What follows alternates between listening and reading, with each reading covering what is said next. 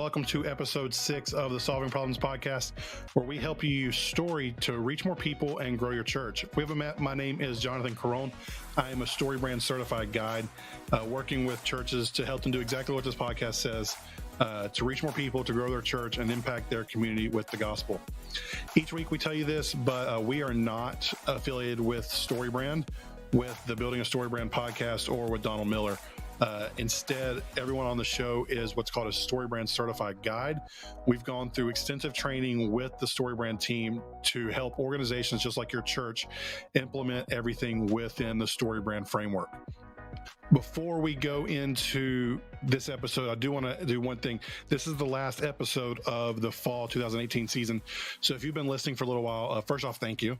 Second, we would love for you to rate and review us on Apple Podcasts. That will help us get the word out to more people. And if you do rate and review us, we would love to give you just a small thank you and a Solving Problems sticker. So once you rate us on Apple Podcasts, if you'll go to solvingproblemspodcast.com/review and fill out that form right there, we will mail you the sticker within the next week or two. So that's just our way of saying thank you for being a listener and thank you for helping us and supporting us. Today, we're going to be talking to Kyler Nixon for the entire episode. We're going to be talking about one of my favorite pieces of StoryBrand, and that's the curse of knowledge. The curse of knowledge is basically the idea that we are way too close to what we are trying to tell people about, and we say things that maybe mislead or confuse people because they don't know the details in the same way that we do.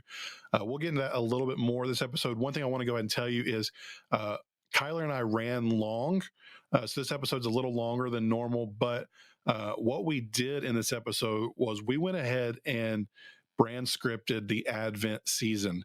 And so you have a template you can use once you get through with this that will help you communicate everything going on during Advent. That can be a video for you on social media, but so that took a little bit extra time. In the episode, you'll hear Kyler actually has a really cool offer that he's going to throw out to anyone who makes the video that we talk about. So that is what we're talking about this week. I'm going to go ahead and bring up the dance music, and then we'll have Kyler on the other side of that.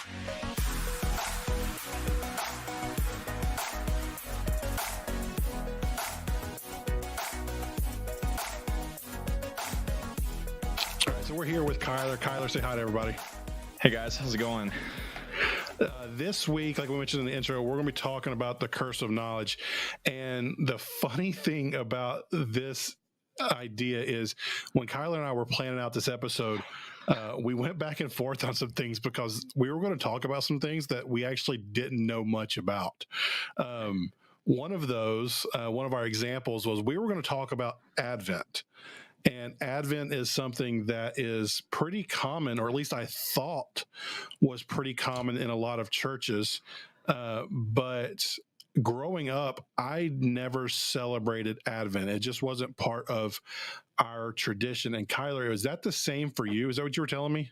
Yeah. So I got the show notes, and I had no idea what Advent was. I've obviously heard of it, but I was like, if we're going to talk about this, I probably should at least have some knowledge of what Advent is. So I asked my wife, who went to Christian school, and she's like, well, we didn't really celebrate it. And so I had to Google it and obviously found out information that way. But yeah, none of the churches that I've attended, grew up in, or like the circles of friends that are at, churches that I work with are, none of them celebrate Advent. So very foreign concept to me. So that actually proves the point that we're trying to make in this episode, in that a lot of the things we do in the church, a lot of our traditions, especially around holidays, we take them for granted as something that we've always done. And it's something that we think everyone already knows about, when in reality, if you're attracting new people that are coming from unchurched backgrounds, or even people from different church backgrounds, so say you're a younger church, a church plant or something like that, and you're attracting people from traditional denominations, they may or may not know the things that you're talking about. I didn't know what Advent was until I was on staff at a church and was tasked with promoting Advent and what we were doing. I mean, imagine how embarrassed I was when I had to pull a pastor aside and say, "Hey, I don't know what this is." And they kind of looked at me like I was an idiot. But growing up, I come from a Church of God background when I was a kid, and then I went to a Baptist college, which I kind of heard about a little bit in college, but not a ton. The church I went to in school was a non-denominational church, so we didn't do Advent either. So when I was on staff, we did Advent, and it was a big thing, and I had never heard about it. So the beauty of that was I got to learn for the first time what Advent is. And it's a really cool thing. If you don't know what Advent is, just go like pause us right now and go, "Hey, Kyler, actually, you Googled Advent an hour ago. Tell me what Advent is." Well, it's basically, so the definition that I found was it's a celebration announcing the arrival of something or someone or a gift, and so it's like essentially the 20 something days leading up until the arrival of our Savior at Christmas time. So that was pretty much all I got into it, but yeah, that's what I gathered from Google. So if Kyler, guy who works with churches, guy who has grown up in church, was to attend your church, and the last week of November heading into December, you were to get on stage and talk about how excited you were for Advent, and you've got the Advent devotional in the lobby or to download on your website, Kyler would be sitting there thinking, "What the heck is Advent?" Right. Yeah, and it all goes back to like this whole thing that we're talking about this episode, and then I think we have another episode planned on this topic for season 2. But we're operating under this thing called the curse of knowledge, and the best way that I've heard it explained is essentially like, think about when you somebody asks you, "Hey, what do you do?" or they ask you to explain something that you're really passionate about.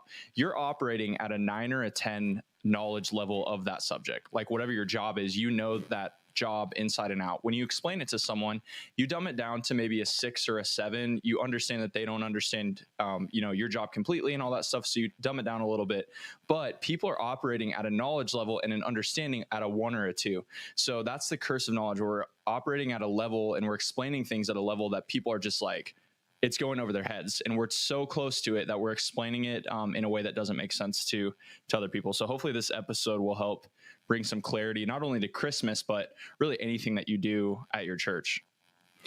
Yeah, like you mentioned, we're going to do 1, maybe 2 episodes on this in the spring. It's one of my favorite pieces of using story and the story brand framework. But we kind of kicked around this idea of if we wanted to use how much we wanted to use Advent before we realized that Kyler didn't know what Advent was. We were going to go into a little bit more detail with that. I still think we might be able to here. It might be a little fun for you guys who do celebrate Advent. One thing that you can do this Christmas season is a video on Facebook to just explain what Advent is. Again, it doesn't have to be a ton of detail, but if you take a couple minutes to bring people into the story that your church is telling and tell them what Advent is. Kyler, we weren't sure if we were going to do this. Let's go ahead and do it here. Let's story brand or put together a brand script for Advent, even though we're probably not experts on the topic, but we know the framework well enough that we can help you out. Well, I'll play coach because I don't know very much about it. And then Jonathan, why don't you be like, you can kind of fill that in. Does that work?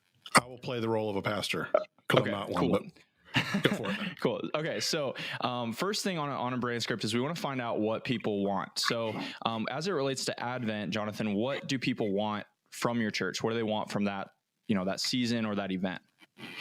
I'd probably say that I would guess it would be something along the lines of they're wanting a fresh look at Christmas. They're wanting a way to slow down and get away from the busyness of everything. Okay. I think that's something that I personally resonate with. is that idea of like slowing down. So let's run with that. And then the next thing that we have to discover is what are the problems that people are facing. And so if people are wanting something and some time to slow down during Christmas, what is a problem that's preventing them from getting that? They have 1,000 things going on. Right. Yeah. I mean, but think about between buying gifts and going to your in-laws and, attending this event and Christmas programs and all this other stuff. There's even at Christmas, or especially at Christmas, there's a ton going on. So I think that's a good external problem. So internally, how is that making them feel? So there's so much going on that they're feeling what? I would say that, like, if we're going this route and we're looking at Advent, it makes them feel like it's not Christmas, that they're focusing solely on the events, the parties, the gifts, all the things. So it makes them feel like they're missing out on something. They're missing out on a deeper piece of what Christmas is. Okay. What's a feeling that we can put to that? Is there like I normally go with like overwhelmed or something like that, but I don't know if that perfectly fits. I don't know if there's a phrase that you had in your mind or a word. The first thing that popped in my head is like discontent. Okay, cool. I like that. Okay, so we'll go with discontent. And then philosophically, this is going to be, why is it just wrong for people to have this problem? So there's a lot going on. They're feeling discontent. So why is that wrong? Because Christmas is supposed to be a season of celebration and acknowledging what God did by sending his son to become a human.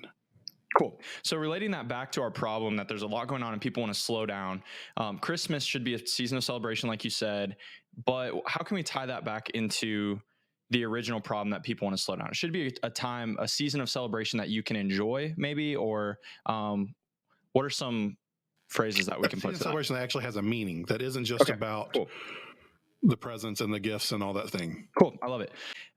Now is when we enter the story. They meet their guide. We get to be the guide.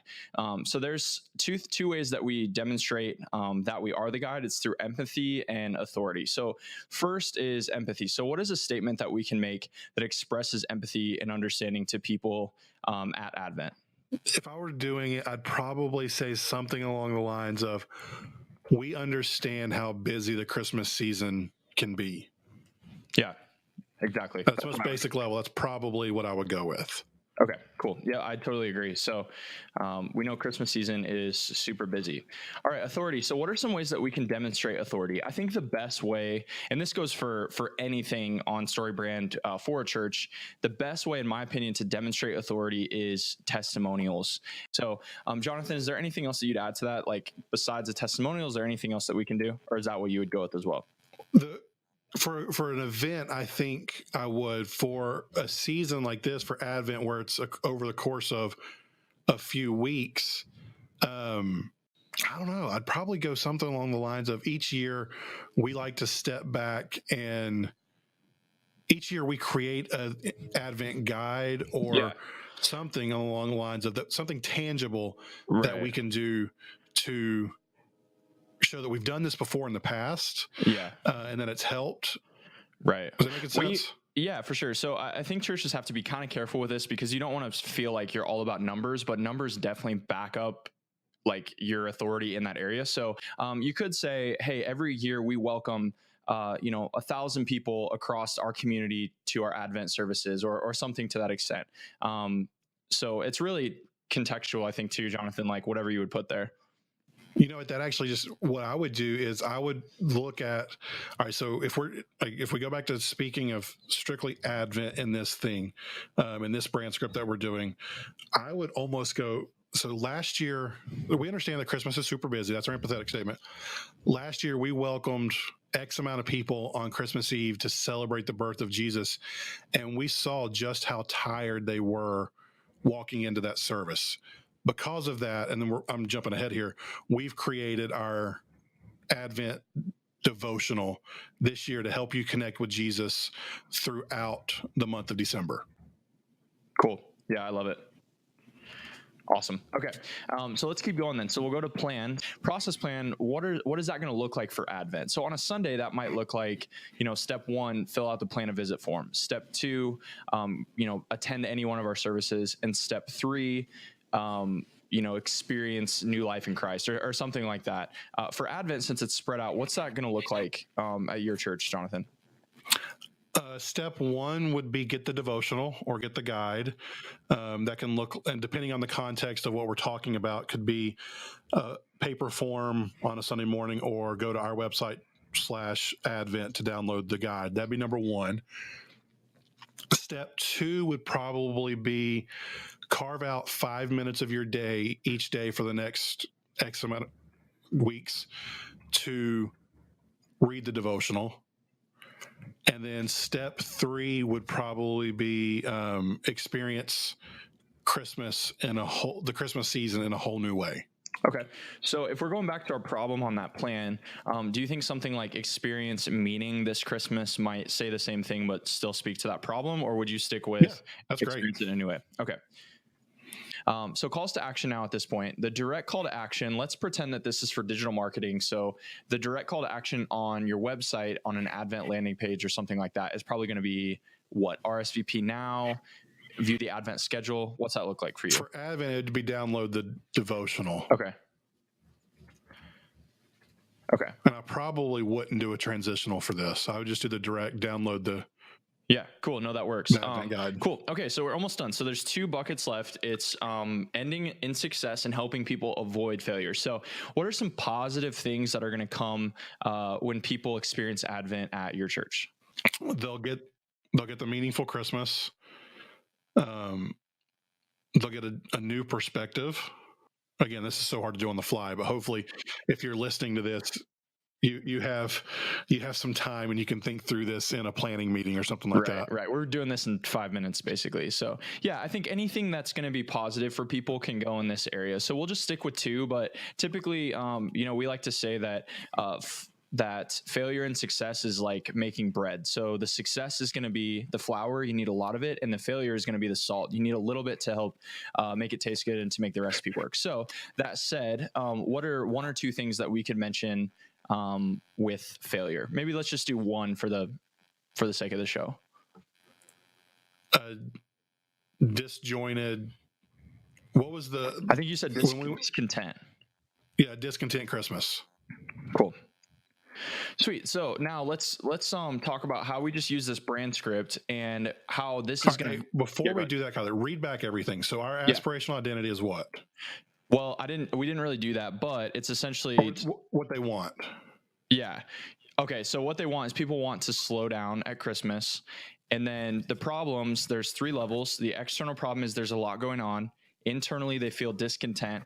And philosophically, we believe that Christmas should be a season of celebration that is meaningful. Empathy, we say something to the extent of, we know that the Christmas season is super busy.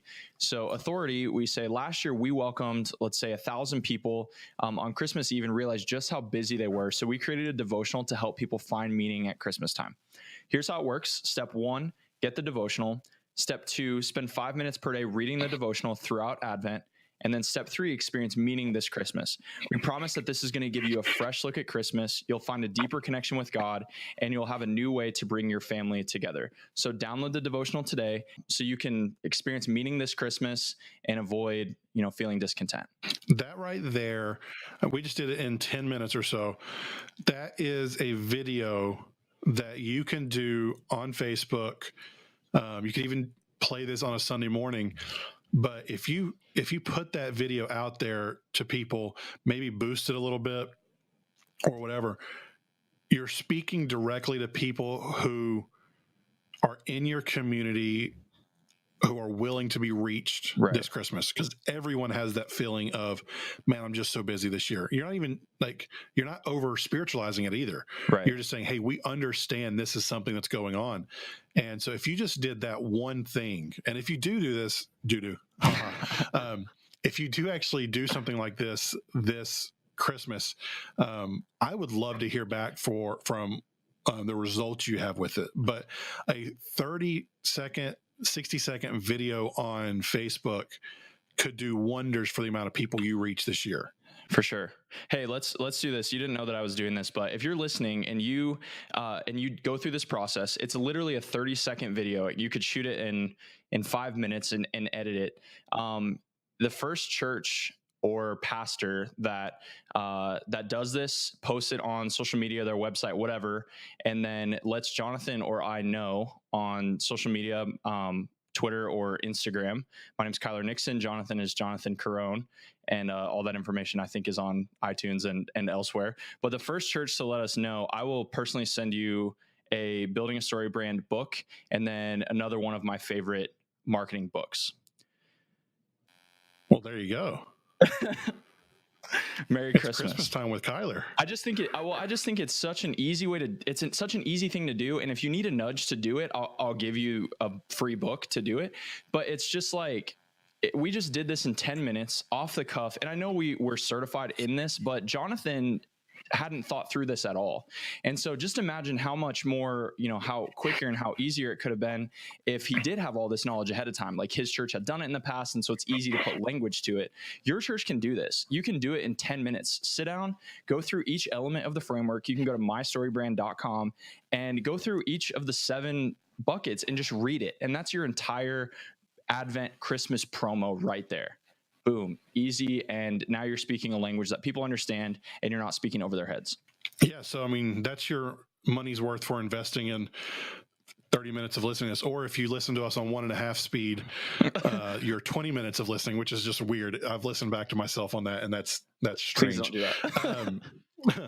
that. All right. So, we spent a ton of time on that. We want to do a couple other things this episode because we want to show you how you can leverage the curse of knowledge in some other ways this Christmas. One idea that I had when I was thinking through this is just a fun, again, a Facebook video, Facebook Live, Instagram Live, whatever it is, on the origins of some of the fun songs we sing at Christmas time. Like, where the heck did Grandma Got Run Over by a Reindeer come from? Yes. It has nothing to do with church. It has nothing to do with the birth of Jesus. But what it does do is it speaks to something that people already care about, and it lets people see your personality as a church and lets you know, again, it's almost a way, like we talked about with Wes, it's almost a way to show empathy and to let people know that, hey, you're just a real person. That's a fun video. Kyler, what's your favorite like non-church Christmas song? Oh man. Well, I mean, you got to go with the classic like Jingle Bells, right? Or any of like the Santa reindeer combination songs. Rudolph. Do you know the name of the horse in Jingle Bells? I have no idea. Is it in the song? It's Bob. Is it? Yeah, bells on bobtail ring. Is that like that's actually? Because I always thought that was the word, like bobtails, right? Like, isn't that like a word? Or I have no clue. Okay, I was just told one time that the horse's name was Bob, and I've used that as a piece of trivia ever since. Yeah, so there you go. You can hop on a video every day of Advent and probably find a new song, and just, even if it's not factual, you can just make it up and say Jonathan told you to, and you'll probably get a lot of reactions and engagement on your social media posts. So speaking of factual or not factual, Kyler, when did the wise men show up to meet Jesus? So, this is another thing in addition to Advent that we had varying opinions on. So I recently heard that the wise men showed up 12 days later. So 12 days after his birth. So if Jesus was born on Christmas Day, we'll just, say that's accurate or whatever. So Jesus was born on Christmas Day. They showed up January 5th or something like that. I don't know. I'm doing math in my head. I'm terrible at it, but they showed up 12 days later because I heard that it was the 12 days of Christmas is based on the length of time that it took them to get there. But you have a different opinion on that. That's wrong. You're wrong. You're just flat wrong.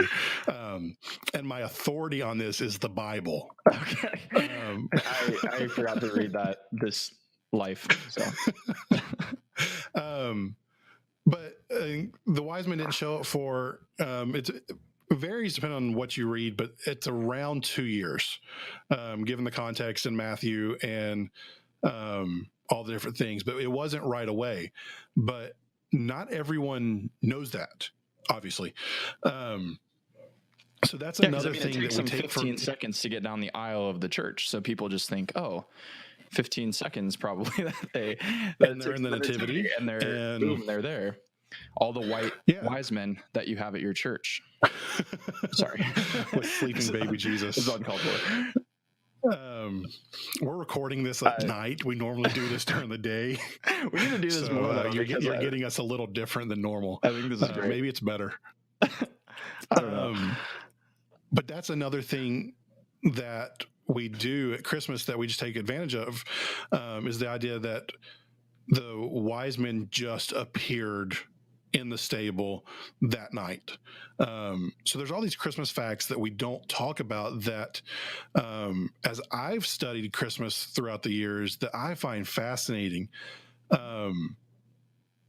The idea that, I don't remember where I first heard this or when it was, but I mean, growing up, I've always heard, you see the nativity and Jesus is in a stable. The reality of it is that the way things worked back then is he was likely born in a cave, and the way that they did the animals and everything.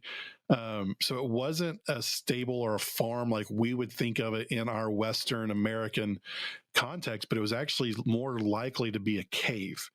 That's just a fascinating little tidbit that, again, it's not super churchy. Everyone knows the story of Christmas, right, and baby Jesus being born, but to pull back the curtain and show some of those facts that are different than the westernized version we always talk about, that's just another way to draw people in. And the more of these hooks you throw out to people, hopefully one of them will hook them in to let them know that your church is a little different, or you pique their interest and they want to know more, or whatever it might be. Yeah. I think at Christmas too, one of the benefits that we have is that, I would say, generally speaking, most people know what to expect at Christmas. They know if they come to a Christmas service, there's going to be the Christmas trees and you're going to hear the nativity story and there's going to sing a couple classic songs that people know, and it's going to be an hour and you can get in, get out, right? Like that's why, Christmas is one of your biggest and highest attended services, because people know what to expect. So if you already have people there that kind of have an understanding of what's happening and they kind of generally know what to expect, take it a step further. Like, stop assuming that they understand and know everything that's going on, and just take 5 minutes and explain it. Start off your service and say, hey guys, here's what's going to happen today. If this is your first time here, here's exactly what our service today is going to look like. And just take that minute to explain things to them, whether it's explaining what Advent is or explaining, these facts that Jonathan has mentioned about, Jesus' birth and stuff. I think that would just be a really cool way to, like Jonathan said, like continue to hook people into what you're doing.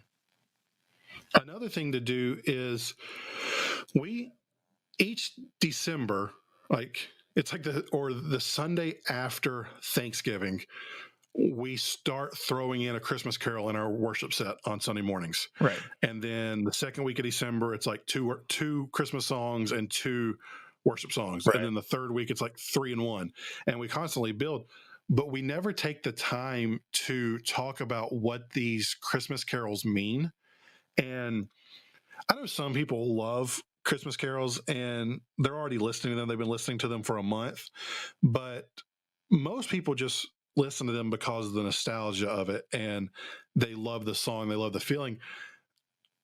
I don't want to say a definitive statement here, but I rarely ever actually worship with a Christmas carol. Oh, for sure. Yeah. It's just something we sing in December to make ourselves feel good. Right. But what if we could take a couple minutes on the front end of a carol and talk about what the words mean?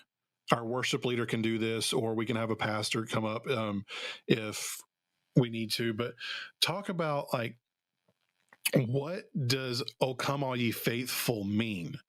What are we singing about in this moment, so that it's not just the same carol I've been singing since I was 6 years old? Right. And it goes back to like what we even mentioned in our BrandScript, right? Like, people are trying to find meaning. So let's give them meaning rather than just having them go through the motions and singing songs that they sang in, 4th grade music class or whatever. Like, let's set the set the atmosphere and explain, hey, this is exactly what that means, and here's why that is meaningful for you, and we're going to provide this meaningful experience through that song. You're taking it just deeper. And the last piece I'll mention here is on your Christmas Eve service. I can almost guarantee you that at some point on your Christmas Eve service, or in your Christmas Eve service, you're going to sing Silent Night, and you're going to turn the lights off and light candles. Yes. Because every church in America does that. Right. But I don't know why we do that. Same. It's a tradition, and it feels really nice and is a fun, moving moment.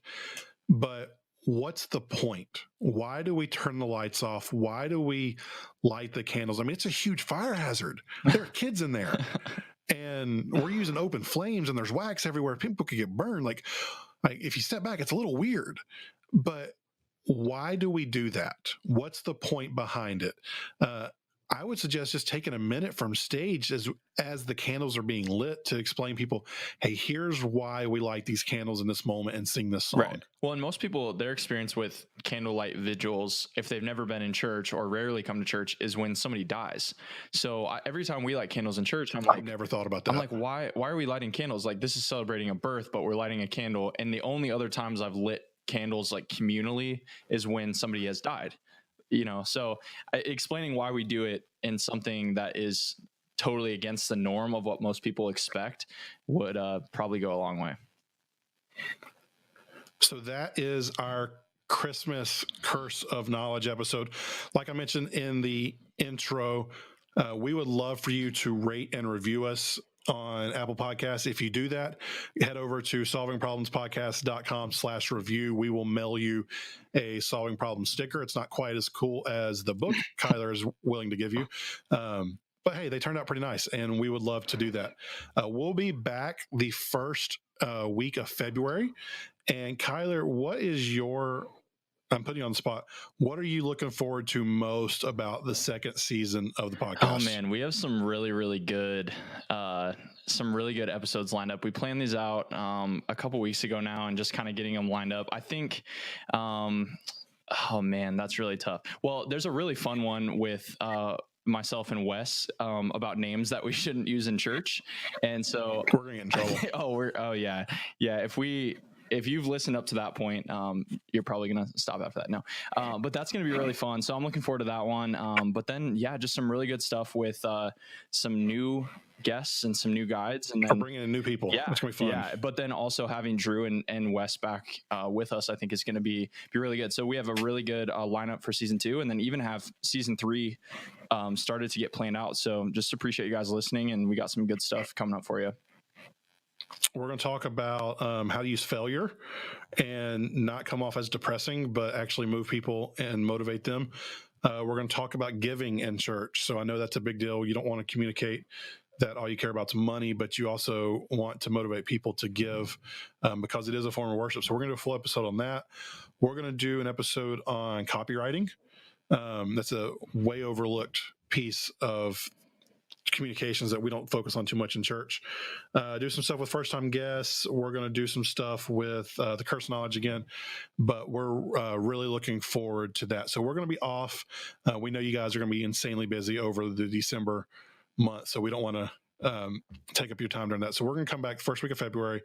And until then, if you have any questions for us, reach out on Twitter. I am at Jonathan_Carone, Carone. Kyler is at Kyler. Do you have an underscore, or is it just Kyler I'm Nixon? pretty sure I have an underscore. So it's at Kyler_Nixon. But that's it for the first season. Thanks for hanging out with us. We appreciate you guys so much. We will see you in February. Hope you have a great Christmas and a great beginning of 2019. But we'll see you starting the first week in February. Thanks, guys.